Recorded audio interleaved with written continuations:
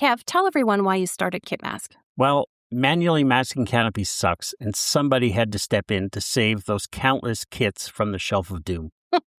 And now we've got over 400 sets and Yeah. counting. We've got old kits, new kits, forgotten kits, you name it. Yeah. And if we don't have it, just ask. Yeah, people don't realize we take custom requests, and we Yes. even have a service that gets you Canopy masks for free. We do. Our masks are precision cut, they fit well, they're easy to apply. Kevin cuts and tests every set. Several times. Yeah, precision is kind of his thing. And Janelle, she does everything else. She cares about each customer and is the heart of our business. If you ever reach out, you're talking directly to us, real people, real modelers. And if you don't love your masks, we'll refund or replace them. No questions asked. Visit kitmask.com, join the mailing list, and treat yourself to easier, cleaner masking. Kit masks made by a modeler for modelers. Hey, what about me? You're not a modeler. Oh.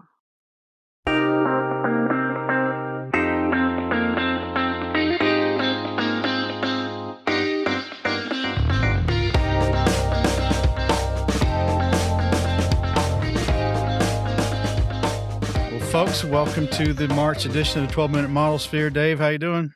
Mike, I'm doing good. How about you? We got the in like a lion part down good. Oh, man, do we? Weather-wise, I hope it's out like a lamb, but I hope the podcast goes out like a lion, too. There you go.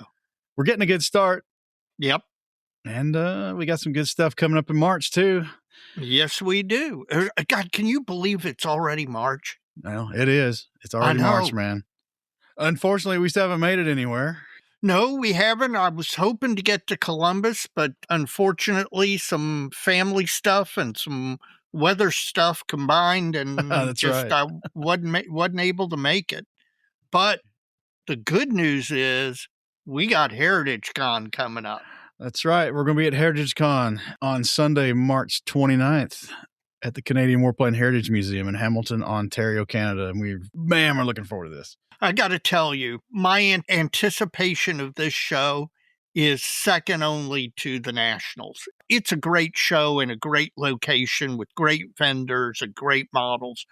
But my real anticipation is we get to see a whole lot of our close friends. And the social aspect is every bit as much fun, if not more, than the show itself. So, folks, if you can make that show, if it's in your possibilities, you might give it some strong consideration and remember the online registration. Looking forward to it. Speaking of online registration, the registration has opened up for the U.S. Nationals as well. Oh, yeah. In fact, probably in the next day or two, I got to knock registration for both those shows out. Well, I'll be right behind you.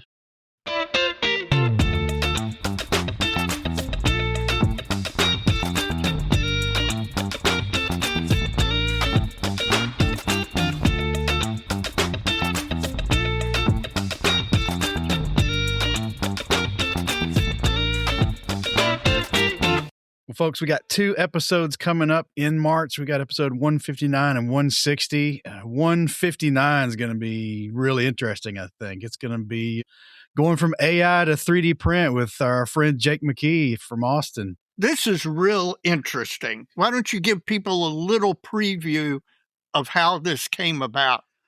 Well, it's a culmination of a few things. We got an email some time ago. It was from Eric Kinser, who we mentioned in listener mail in the last episode.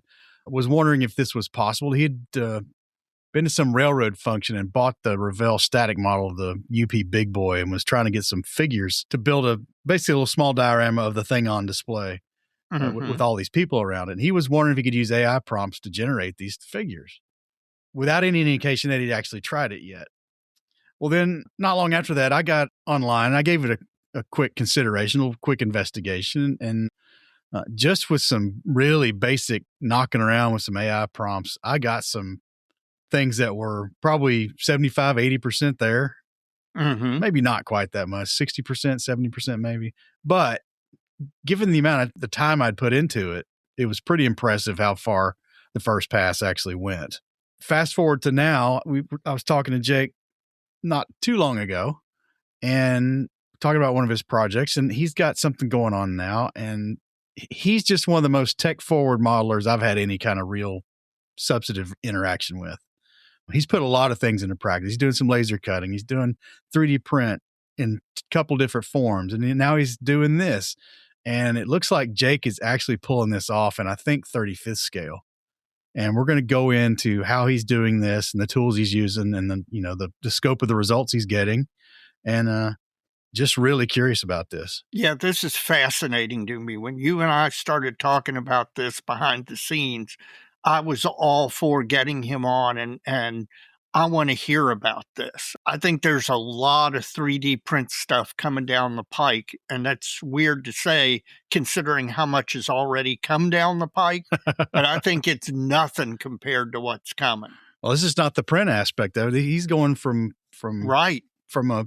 a human form from nothing, essentially. Yep. To an STL file that he can print and paint. Yep. I can't wait to hear. All right. Well, episode after that is going to be 160, and it's going to be a shop talk episode. Most of the topics are to be determined, but we had a listener suggest we talk about our motivations again. Mm-hmm. Maybe they hadn't heard us talk about them before. Maybe they're a newer listener, but I think that will be one of the three, is we're going to get a fresh take on what's motivating us in current day here. Well, we've had a couple of suggestions from listeners, so I'm sure we'll have plenty to talk about on that one. In addition to that, we've already got the model show spotlight for the April shows lined up. We're going to be talking to folks from the Roscoe Turner show in Indianapolis, which is one near and dear to our heart. Had a little schedule shift that puts it really close after Heritage Con. So maybe they get blizzarded in up in Canada. We can have a shot at Indy again, or maybe somebody's date will move. Who knows? But looking forward to hearing what they got in store this year. Yeah. And then we got the Wine Country Model Expo out in California, who are doing some really innovative things given the current state of affairs of most model shows. So we're really looking forward to that one too. You know, I really do like hearing from shows out on the West Coast because, I mean, given our geography, we're not getting to shows out there. Hope to eventually once I hit the super lottery and, you know, you and I can take the private plastic model Mojo jet out to out to a show in California. But until that time, we kind of have to live vicariously. So I really enjoy hearing about shows in the places you and I don't normally get to. And finally, on content for March, we're hoping to sneak in an update from one of our favorite sponsors. So stay tuned for all this, folks, and watch it roll out in March.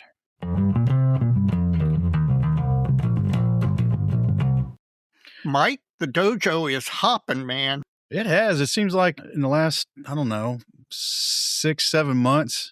Yep. I don't know if we've leveled up or something, but it seems to. A lot of people are posting a lot of really cool stuff. Well, that's one of the things I was going to mention. First of all, we're now over 5,700 members. Right now, it's 5,707 as of the time of this recording. The thing that you noticed and mentioned, and that's one of the things that I monitor, is the number of posts per day. And we're getting somewhere between 22 and 30 posts per day. I remember it was not that long ago where you and I were in the car and I was going, now if we can just get 10 posts a day, we can get some synergy going. We can really get it as a place to come and check out regularly because there will be enough content. And so to be somewhere between 22 and 30 every day in the last month is just awesome. And not only is it content, it's good content. We got people previewing 3D products, which we've asked them, because there's so many manufacturers out there and so much stuff. We've got builds. Some of the builds are just absolutely stunning. We got show reports. We do. I've been watching Winter Blitz like crazy, man. That is a good show. That was a good show that you and I have talking about trying to find a way to get down there. Old Dominion Open, the Columbus. I mean, lots of good show reports. So when we can't make a show, we end up getting to at least experience a little bit of it by seeing what members post. And I really appreciate that. Ricardo Salome from the Hamilton group up in Ottawa has been posting a lot of information to get folks registered and all the information for Heritage Con. So if you got a show, throw it up there. It's all good with us. Yes, it is. As much as the posting, I'm thrilled with the interactions. People are asking questions and they're getting their questions answered. People are talking technique. And every time I go on there, I see something new and interesting. So I'm just thrilled. All right, folks. So if you're not part of the Plastic Model Dojo on Facebook, you might want to cruise on over there and send your join request. Absolutely. Please do. Any closing comments for March, Dave? I'm just jazzed. I really am. Between Hamilton, between getting a little more time to model, the dojo hopping and all of that stuff, I'm really thrilled. I think 2026 is going to be a good year. Well, if we have 3 more quarters like the first one, we'll be doing pretty good. Yes, we will. Well, folks, I'm going to close by saying, please keep the listener mail coming. You can do that by sending it to plasticmodelmojo@gmail.com or through Facebook's instant messaging system. So look forward to those emails. Keep them coming, folks. Please do. It's the heart of the show. All right. We'll see you in March, Dave. Let's go model, Mike.